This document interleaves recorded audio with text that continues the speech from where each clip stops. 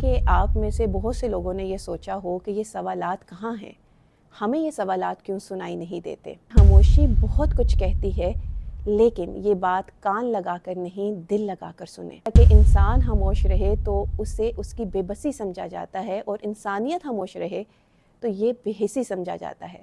جہاں اختلاف زیادہ ہو، آوازیں بلند ہوں، علم کی کمی ہو اور دلیل کی کوئی وقت نہ ہو، وہاں خاموشی ایک نعمت بھی بن جاتی ہے۔ کیا اللہ نے بار بار قرآن میں انسان کو غور و فکر کرنے کی دعوت نہیں دی؟ یہ غور و فکر کیسے ہوگا؟ یہی وہ لمحہ ہوتا ہے جہاں ہم محسوس کرتے ہیں کہ ہماری عقل اور ہماری کوشش محدود ہے۔ جو شخص اللہ اور قیامت کے دن پر ایمان رکھتا ہے، اسے چاہیے کہ وہ اچھی بات کرے یا پھر خاموش رہے۔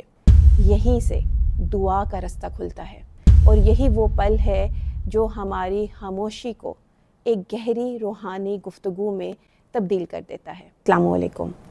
پچھلی قسط میں ہم نے کچھ سوالات کے بارے میں بات کی تھی جو شاید ہی کبھی ہم نے آئینے کے سامنے کھڑے ہو کر خود سے کیے ہوں۔ ممکن ہے کہ آپ میں سے بہت سے لوگوں نے یہ سوچا ہو کہ یہ سوالات کہاں ہیں، ہمیں یہ سوالات کیوں سنائی نہیں دیتے۔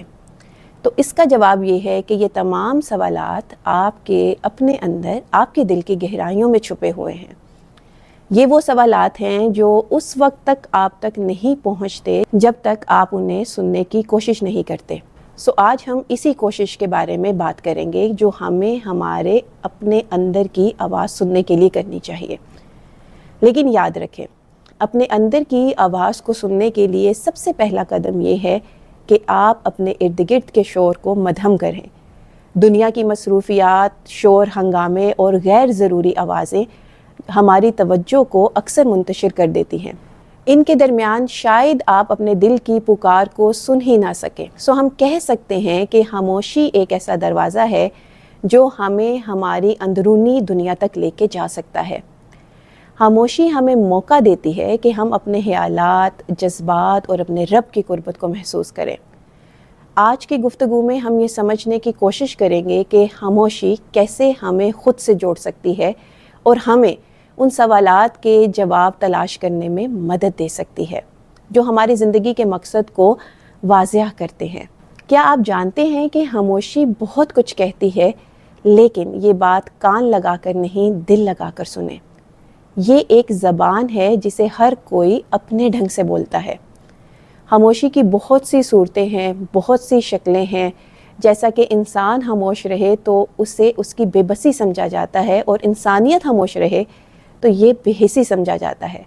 والدین خاموش رہیں تو یہ ان کی مجبوری بن جاتی ہے، اور اولاد خاموش رہے تو یہ والدین کے لیے سعادت مندی بن جاتی ہے۔ بالکل اسی طرح قومیں خاموش رہیں تو مظلومیت، اور حکمران خاموش رہیں تو سیاست سمجھی جاتی ہے۔ جہاں اختلاف زیادہ ہو، آوازیں بلند ہوں، علم کی کمی ہو اور دلیل کی کوئی وقت نہ ہو، وہاں خاموشی ایک نعمت بھی بن جاتی ہے۔ خاموشی کبھی کبھار عقل مند کا زیور اور احمق کا بھرم بن جاتی ہے۔ مطلب یہ ہے کہ خاموشی آپ کو ہر طرح سے فائدہ دیتی ہے۔ یاد رکھیں، ہمیشہ اس وقت بولیں جب آپ کے الفاظ جو آپ کہنے جا رہے ہیں آپ کی خاموشی سے زیادہ خوبصورت ہوں، کیونکہ یہی خاموشی کبھی ہاں بن جاتی ہے تو کبھی گلہ بھی بن جاتی ہے، کبھی یہ حکمت کی شکل لے لیتی ہے تو کبھی یہ زحمت بن جاتی ہے۔ یہ ایک فن ہے، یہ ایک آرٹ ہے، یہ ایک سکل ہے جسے انسان جب تک نہیں سیکھے گا وہ خود سے نہیں جڑ سکے گا۔ خاموشی وہ دروازہ ہے جو ہمیں ہمارے اندر کی دنیا تک لے جاتا ہے، جہاں ہم اپنی ذات کو بہتر طور پر سمجھ سکتے ہیں اور اپنی خامیوں کو پہچان سکتے ہیں۔ آپ غور کریں، آپ جتنا زیادہ خاموش رہیں گے آپ کے سیکھنے کا عمل اتنا ہی تیز ہوتا چلا جائے گا، کیونکہ خاموشی میں انسان مشاہدہ کرتا ہے، غور کرتا ہے اور اپنے ارد گرد کی چیزوں کو سمجھنے کا وقت پاتا ہے۔ اور دوسری طرف جتنا وقت آپ بولنے میں صرف کریں گے، آپ کے سیکھنے کا عمل یا تو رک جائے گا یا بہت سست ہو جائے گا۔ خاموشی کا یہ فن آپ کو نہ صرف خود سے بلکہ اللہ کے قریب ہونے کا بھی موقع دیتا ہے۔ یہ وہ نعمت ہے جو ہمیں غور و فکر کا وقت دیتی ہے اور ہماری زندگی میں سکون اور گہرائی لاتی ہے۔ کیا اللہ نے بار بار قرآن میں انسان کو غور و فکر کرنے کی دعوت نہیں دی؟ یہ غور و فکر کیسے ہوگا؟ یہ غور و فکر خاموشی کے ذریعے ہوگا۔ ایک جگہ آتا ہے جہاں پر اللہ نے جب مومن کی صفات کو بیان کیا تو کیا یہ نہیں فرمایا کہ وہ لغو باتوں سے دور رہتے ہیں؟ بالکل اسی طرح ایک اور جگہ آتا ہے جو شخص اللہ اور قیامت کے دن پر ایمان رکھتا ہے اسے چاہیے کہ وہ اچھی بات کرے یا پھر خاموش رہے۔ ایک حدیث میں آتا ہے زیادہ بولنے سے دل سخت ہو جاتا ہے اور سب سے زیادہ اللہ سے وہ شخص دور ہے جس کا دل سخت ہوتا ہے۔ اب اس پروسیس کو سمجھنے کی کوشش کریں۔ جب ہم خاموش رہتے ہیں تو ایک غیر معمولی عمل ہمارے اندر شروع ہو جاتا ہے، ہماری اندرونی دنیا کی طرف توجہ بڑھنے لگتی ہے اور وہ سوالات سامنے آتے ہیں جو ہم نے شاید ہی کبھی خود سے پوچھے ہوں۔ یہ سوالات اکثر ہماری زندگی، مقصد حیات اور ہماری ذات کے بارے میں ہوتے ہیں۔ خاموشی کے ان لمحات میں ہم ان سوالات کے کچھ جوابات تو اپنی زندگی کی حقیقتوں میں تلاش کر لیتے ہیں، لیکن ہم خاموشی میں ایسے سوالات بھی پاتے ہیں جن کا جواب ہمیں اپنی ذات یا اپنی محدود سمجھ سے نہیں ملتا۔ ایگزیکٹلی یہی وہ لمحہ ہوتا ہے جہاں ہم محسوس کرتے ہیں کہ ہماری عقل اور ہماری کوشش محدود ہے۔ یہی وہ جگہ ہے جہاں ایک نیا شعور اور ایک نئی کیفیت جنم لیتی ہے۔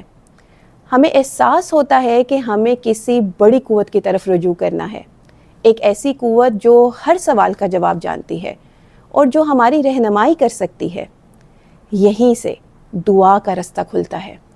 ہم سمجھتے ہیں کہ دعا وہ ذریعہ ہے جس کے ذریعے ہم اپنے سوالات کے جواب حاصل کر سکتے ہیں، اپنے خوف اور الجھنوں کا حل تلاش کر سکتے ہیں۔ دعا نہ صرف ہماری روح کو سکون دیتی ہے بلکہ اللہ کے ساتھ ہمارے تعلق کو مضبوط کرنے کا ذریعہ بنتی ہے۔ دعا کا یہ سفر بذات خود ایک وسیع اور گہرا موضوع ہے۔ اس میں وہ لمحے شامل ہیں جہاں ہم اللہ سے اپنے دل کی بات کرتے ہیں، اپنی خواہشات بیان کرتے ہیں اور اپنے رب کی رحمت اور مدد کے طلبگار ہوتے ہیں۔ دعا کا عمل نہ صرف ہماری زندگی کو آسان بناتا ہے بلکہ ہمیں یہ یقین دلاتا ہے کہ ہم اکیلے نہیں ہیں، ہمارا رب ہمارے ساتھ ہے۔ انشاءاللہ ہم آنے والے ایپیسوڈ میں دعا کے اس عظیم راستے کے بارے میں تفصیل سے بات کریں گے۔ ہم دیکھیں گے کہ دعا کس طرح سے ہماری زندگیوں کو بدل سکتی ہے، ہماری روح کو سکون دے سکتی ہے اور ہمیں اللہ کے قریب لا سکتی ہے۔ دعا اللہ کے ساتھ ایک براہ راست تعلق کا ذریعہ ہے اور یہی وہ پل ہے جو ہماری خاموشی کو ایک گہری روحانی گفتگو میں تبدیل کر دیتا ہے۔ آج کے لیے اتنا ہی۔ میں امید کرتی ہوں نیکسٹ ایپیسوڈ تک آپ میرے ساتھ کنیکٹ رہیں گے۔ شکریہ۔